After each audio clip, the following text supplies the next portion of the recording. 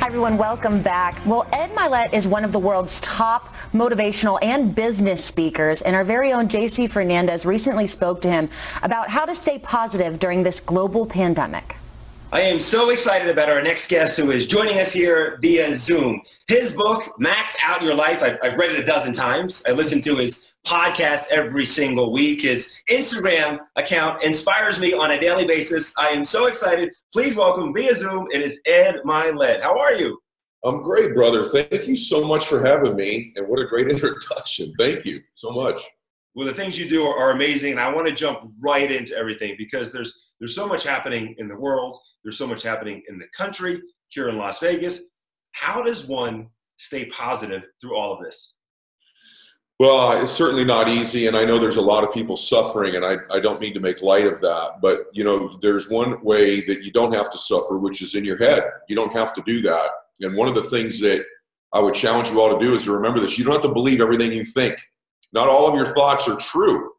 And if you can begin to question what you're thinking about, you can kind of change your whole mindset. And if you evaluate what is thinking, thinking is the process of asking and answering questions to yourself. So the key to changing your thinking is to change the questions you ask yourself.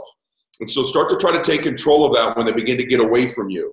And I'm asking myself every morning, and it may seem hokey, but it's changing my mindset. What is this trying to teach me today? What's the lesson this is teaching me? You should get something from your pain, right? And if you're gonna have to go through pain, at least you should be growing and changing and evolving. And so every day I'm trying to find the lesson in it. Is it that, you know, maybe in the future you should save more money so you're more prepared? Maybe the lesson is how important your family and friends are to you, or your freedom, or your health. But ask yourself a quality question, you'll get a quality answer, and you'll change your thinking. So a lot of us have more downtime, and you're talking about changing yourselves. And what if someone out there right now is watching, and like for me, for example, I feel like in my life, my career, I'm right here. But when I come out of this, I want to be up here. How does someone work on themselves during this time, work on changing their identity for the positive? How do we go about approaching something like that? Great question. And so that's what we should be doing right now. There's two types of people that are going to come out of this. There's going to be the ones that sort of sat around, watch Netflix all day, and then their sweatpants, which I did for the first few days. And then there's those of us that decide, I'm training, I'm growing, I'm preparing to be a better version of me when I get out. And one of the ways we do that is by listening to podcasts, maybe like myself, reading things right now, really growing us during this time. Because as you said, your identity, it's like a thermostat. I'm in a room right now, and the temperature's set on the wall. Your identity is the thoughts, beliefs, and concepts you hold to be true about yourself. This temperature in this room is not based on external temperature outside. It's not the external things in our life that bring us bliss, joy, and abundance. It's our internal identity, and it sets the temperature of our life. So if your identity is 70 degrees of money, 70 degrees of happiness, that's what you're going to get. And if you can alter that thermostat setting, it doesn't matter how cold it is outside or how warm it is outside, that regulates the temperature of your life. And that's through your associations, your collaborations, and the things you read and listen to in your proximity. So if you can change that thermostat setting while you're working right now, while you're waiting to go back out, when you get back out there, you'll have a different level of abundance, bliss, happiness, relationships, all of it. Alter that thermostat setting through what you're reading, listening to, and who you're hanging around talking to also right now. That is so true. And just listening to your podcast, and I listen to, as soon as you put them out, I listen to them. And then I go back and I listen to old ones and stuff. And it does, my mindset, it changes. I go from here to up here just by association from listening to podcasts like yours and reading your book and other motivational books. You find yourself going from down here to mentally up here. Why is that so important? Because if you're in quarantine right now, what are you associating with? Your own thoughts, which don't serve you, maybe some of the negative thoughts of some of your friends, and then what you're watching on television. These are your main associations, right? No wonder we're down. No wonder our identity's not growing. So you have to almost forcefully change what you're listening to, reading and watching. I'm not saying don't watch the news. You should stay informed. But you don't need to watch it 6-8 hours a day. Start listening and watching things that serve you, that grow you. Absolutely right. So we take this positive approach. I'm listening to the right things. I'm reading the right books, the right preachings and teachings, but there's still that worry that comes into my mind. I see a headline. The unemployment rate is sky high. Will Las Vegas recover? How do you approach the worries that enter your mind? Well, you're so right. I made a post about this today, actually, on my social media. And one of the things that I said was, worrying does not take away tomorrow's problems. It takes away today's peace. And I can tell you that one of the things I do, we all have patterns. And one of my patterns is I'm a worrier. I tend to worry just like many of you do. So I'm intentional. When you have an awareness of something, it loses its power and impact over you. So when I begin to worry, I am aware of it and I go, I'm doing it again. I'm doing it again. It almost becomes almost like a comedy routine for me because I realize this pattern that I'm in. So I do what I call a pattern interrupt, which is awareness of this dumb thought, projecting into the future, things that probably won't happen, that don't serve me. And I always focus on getting present. What can I do right now to bring myself peace, to bring myself joy, to bring myself strength? Who do I need to talk to? Who do I need to reach out to? How do I need to move my body differently? Oftentimes, if you're moving your body, even if it's jumping jacks or a walk or anything you do, you can't simultaneously be in a peak state physically and be in a negative state emotionally. And so I'm always checking my physiology and moving my body. It's one way to shift right out of worry and into something more productive. Going all day with you. It's so good. I'm just soaking it all in. You have two beautiful children. And I know this because I follow you on Instagram. I see you post about your children, two amazing kids. What is something that parents should be doing right now? How should they be acting around their kids? When their kids come to them with questions, what's the best way to respond to them? Such a great point. One, I'm transparent with my kids. They know there's things that I have concerns about right now. But for my kids, like many of you, they have schoolwork to do every single day now that they're back at the house. And so I'm trying to create more structure than ever. So when the world is giving us less structure, I'm trying to create more. And so they're seeing dad get up a little bit earlier. They're seeing me, as you can tell right now, I get dressed just like you are every day as if I were going to work. I want them dressed as if they were going to school. I want them doing their schoolwork out of their bed and at their desk if they have space to do that. So I'm trying to create more structure for my kids right now, not less, because the world's not giving it to them, right? And then just my example, one thing I'm just conscious of lately, which we didn't do every evening, is we actually sit down together and eat dinner and talk about our lives, talk about our day. We're all so busy. Sometimes my kid's in one room and someone's, doing their homework.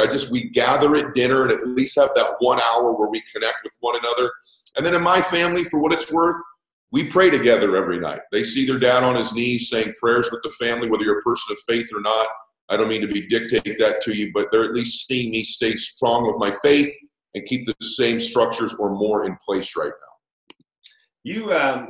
You taught me something that I do every night before I go to bed and every morning when I wake up. And it's kind of going back over the day and just kind of looking at expressing gratitude, being grateful for the things that happened to me today, and then thinking about what I'm grateful for the next day. Because despite all the chaos in the world and everything that's happening, you still should be able to find a little nugget of gratitude every day. Can you expand some more about how you end your day and start every day? So great question. I have this philosophy because I used to have, I had a hard time staying disciplined in my days like so many people do, my mind and my actions. And so I have this philosophy that if I can control the first 30 minutes of my day and the last 30 minutes of my day, the probability at least of having some measure of control over the rest of it is increased. And so the first 30 minutes of every day, I get up and have a very routine process I go through. But one of the processes, both in the beginning of the day and the end, is I ask myself a series of questions.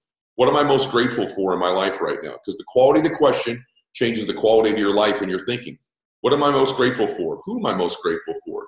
Who loves me? Who do I love? What am I most proud of right now? What am I most looking forward to in my life? And I do that at the beginning of my day. At the end of my day, what did I accomplish today? What did I learn today? What am I grateful for? Who do I love? Who loves me? And those questions, they may seem hokey, but I've been doing them for 25 years almost now, and they control what I see in my life because there's a part of your brain called the reticular activating system.